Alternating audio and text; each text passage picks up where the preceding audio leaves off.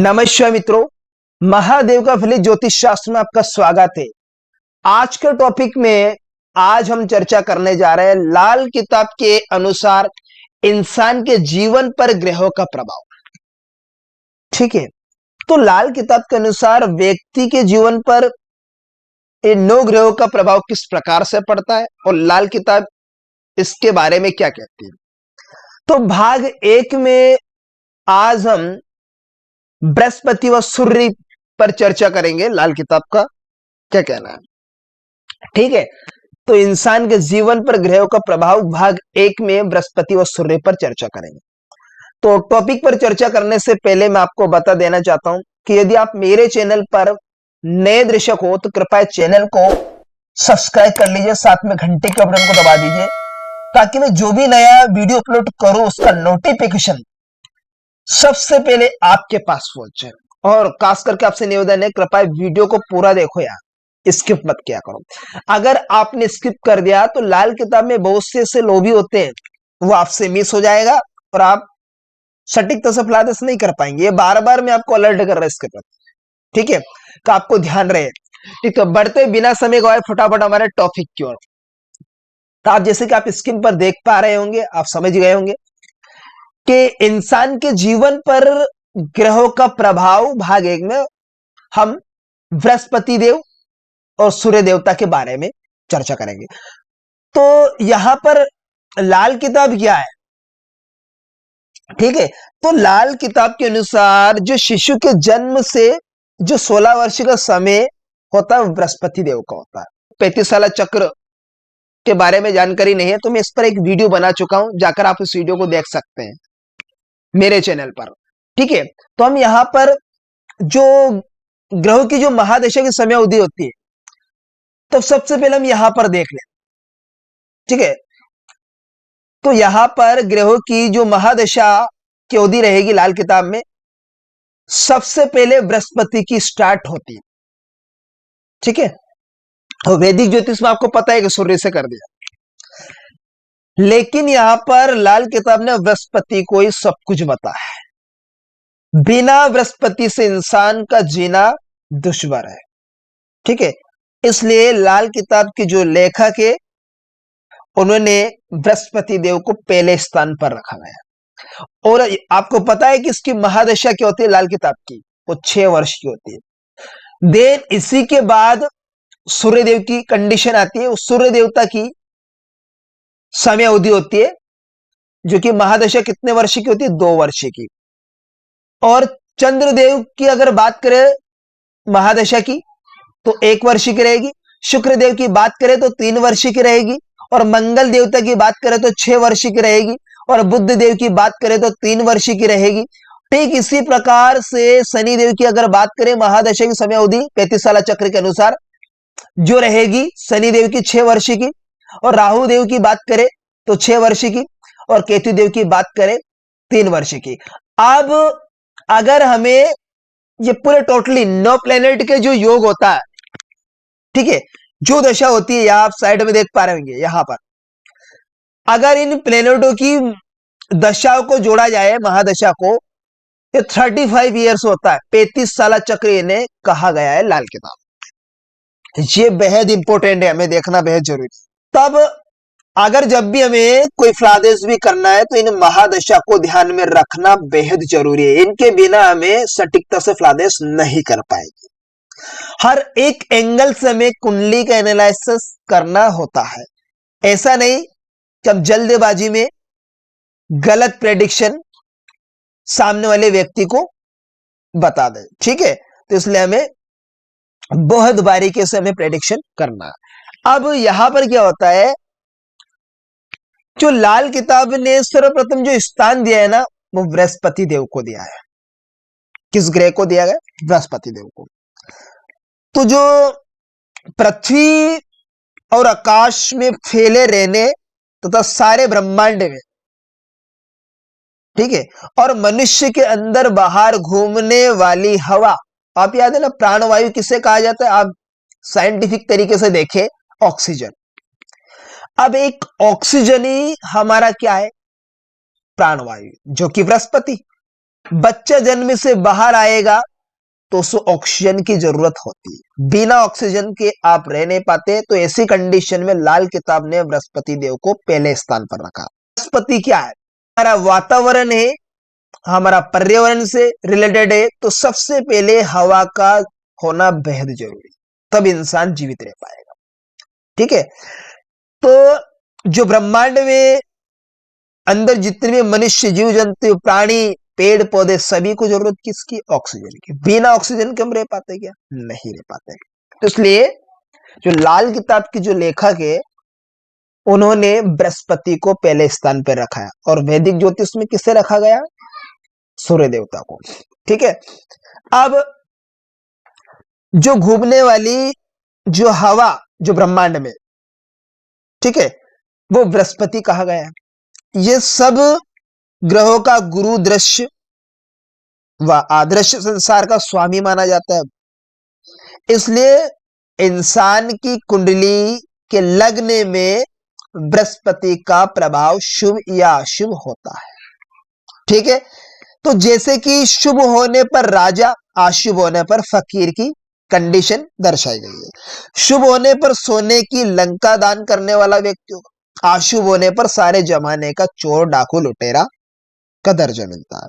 ठीक है, कोई धर्म, ईमान व्यक्ति के अंदर नहीं पनपता है और हर तरह से वह देखा जाए तो इसका शुभाशुभ परिणाम प्राप्त होता है।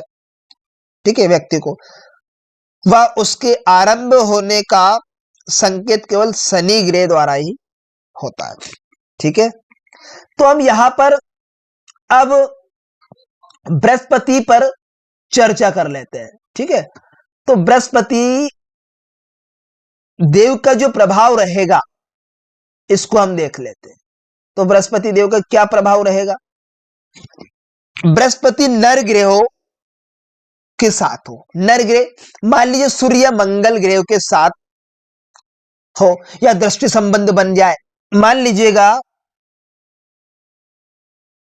कि बृहस्पति देव नर ग्रहों के साथ हो, अथवा मान लीजिएगा गुरु लग्न में बैठा। ठीक है, गुरु लग्न में बैठा है, किन ग्रहों के साथ? या हो सकता है सूर्य देव का साथ मिल जाए या फिर मंगल देव का साथ मिल जाए लग्न में। तो ऐसी कंडीशन में आदि के द्वारा साथ मिल जाए तो तांबा भी सोना बन जाता है। या फिर नहीं, यहां लग्न में बृहस्पति के साथ ना होकर सूर्य मंगल खाना नंबर 7 में हो जाए, खाना नंबर 7 में सूर्य और मंगल देव बैठे हुए हैं 7वें घर में। ठीक है, क्योंकि लग्न में बैठे बृहस्पति की ठीक 7वीं दृष्टि 100% से 7वें घर को देखता है लाल किताब के अनुसार। ठीक है, अब यहां पर भी क्या हुआ? दृष्टि संबंध, या तो बृहस्पति सूर्य मंगल के साथ हो, तांबा भी क्या बन जाएगा? तो तांबा भी सोना बन जाता है। बृहस्पति यदि नष्ट हो चुका हो जन्म कुंडली में, अर्थात अशुभ हो चुका हो, ठीक है, अशुभ हो चुका हो, तो उसके जो विशेष जो फल के लिए जो बुध का प्रभाव ही काम करेगा वहां पर। ठीक है, तो जिसका परिणाम भी बुध के स्वभाव पर निर्भर करेगा। तो हर तरह से अकेला बृहस्पति किसी भी दृष्टि से कितना ही अशुभ क्यों ना हो, पर जन्म कुंडली वाले व्यक्ति को कभी भी अशुभ फल नहीं देगा। ठीक है, नेक्स्ट, अगर बृहस्पति शत्रु ग्रहों के साथ, ठीक है, अगर बृहस्पति शत्रु ग्रह, अब शत्रु ग्रह कौन से? बृहस्पति की अगर बात करें तो शत्रु ग्रह होता है बुध, शुक्र, राहु, या पापी ग्रह शनि को राहु या केतु किसी भी दृष्टि से साथ हो तो बृहस्पति बुध का प्रभाव देगा। ये याद रखना, खास इंपॉर्टेंट है, पुनः समझ लीजिएगा कि बृहस्पति शत्रु ग्रह हो, शत्रु ग्रह बोले तो बुध शुक्र राहु या पापी ग्रह शनि को राहु या केतु की दृष्टि संबंध बन जाए, मिलान हो जाए, तो बृहस्पति किसका फल देगा? तो बृहस्पति बुध का प्रभाव देगा। जुपिटर इनका इफेक्ट देगा बुध देव का। तो जो बृहस्पति के अशुभ होने पर उपाय द्वारा शुभ बनाया जा सकता है, तो बृहस्पति के अशुभ होने पर उसे हम उपाय के द्वारा शुभ बनाया जा सकता है ऐसी कंडीशन में। तो जिसके लिए शत्रु ग्रहों का ही उपाय शुभ फल प्रदान करने लग जाए। ठीक। अब जो बृहस्पति होता है, जो समय अवधि होती है इसकी, जो उम्र का चार्ट होता है, यदि आपको उम्र के चार्ट के बारे में जानकारी नहीं है तो मैं इस पर वीडियो बना चुका हूं, जाकर आप उस वीडियो को मेरे YouTube चैनल पर आप देख सकते हैं। ठीक है, महादेव का फली ज्योतिष शास्त्र पर। तो उम्र के चार्ट में बृहस्पति की समय अवधि का प्रभाव रहेगा। जो उम्र का प्रभाव रहेगा 16 वर्ष का, वो बृहस्पति का होगा। कितने वर्ष का? तो बृहस्पति का। तो 16 वर्ष की जैसे आयु स्टार्ट होगी जातक की, वो बृहस्पति की प्रभावी में रहेगी। ठीक है, अब हम बात कर ले सूर्यदेव की। तो सूर्य ग्रह क्या होता है कि व्यक्ति के 21 वर्ष का जो समय होगा ना, ठीक है, जो 21 वर्ष के समय अवधि में जिस प्लेनेट का जो प्रभाव होना चाहिए वो सूर्यदेव का होगा, सूर्य का माना जाता है। आकाश की रोशनी, पृथ्वी के अंदर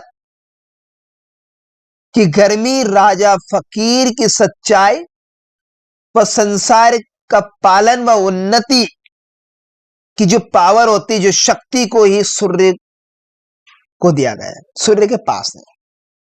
ठीक है, और सूर्य का उगना दिन और डूबना रात कहलाती है। डूब जाएगा तो पावर खत्म। ठीक, हमें वैदिक ज्योतिष में सूर्य को अस्त बोलते हैं। सूर्य के पास में जो भी प्लेनेट रहेगा करीबी आगे पीछे तो अस्त माना जाएगा, लेकिन इसकी भी डिग्री वाइज वैदिक ज्योतिष की बात कर रहा हूं। ठीक है, मैं इस पे भी वीडियो बना चुका हूं सूर्य अस्त पर, आप जाकर उस वीडियो को भी देख सकते हैं। अब मनुष्य के शरीर में आत्मा का संचालन करना सूर्य का काम है ना। उग्र स्वभाव इसके अंदर होता है, तेज इसके अंदर होता है सूर्य पर। और सर्दी जो रहेगी चंद्र का, रोशनी जो कि चंद्र का काम, गर्मी, ललिमा व रिक्त स्थान बुध आकाश का काम। आप याद है कि जो मान लीजिएगा ये ब्रह्मांड है, अगर बीच में कहीं गैप रहे जहां पर कुछ भी नहीं है, निगलेक्ट हो, ठीक है, खाली हो, कोई वस्तु नहीं, तो ऐसे में क्या होगा? जो बुध आकाश का कार होता है, ठीक है, और इसकी जो आवश्यक जो पहलू नहीं है, संसार की हवा अर्थात बुद्धि, जगत गुरु, देव गुरु बृहस्पति अर्थात गुरु बृहस्पति का ज्ञान, जो संसारिक बुद्धि व तकदीर की बुनियादी जो होती है ना, सूर्य की देन है। चलते रहना, अपना अंत ना बताना, कोई छोर नहीं, पीछे सुबह शाम होना, ये इसका एक चमत्कार है। जो व्यक्ति जाति को अपना कर्म करने की प्रेरणा देता है ना, वो सूर्य है। निरंतर अपना समय पर वो जागता है, समय पर सोता है। सूर्य समय पर उदय होता है, समय पर डूबता है। ठीक है, इसका कोई छोर नहीं। तो इस प्रकार से भाग जो एक में आज हमने लाल किताब के अनुसार इंसान के जीवन पर ग्रहों का प्रभाव भाग एक में बृहस्पति सूर्य पर चर्चा की, और नेक्स्ट टॉपिक में हम भाग 2 में चंद्रमा और शुभ मंगल, जिसे नेक मंगल बोला जाता है, लाल किताब, उस पर चर्चा करेंगे। तो आशा करता हूं आज का टॉपिक आपको बेहद ही इंटरेस्टिंग समझ में आया। मुझे दीजिए इजाजत। नमस्कार मित्रों।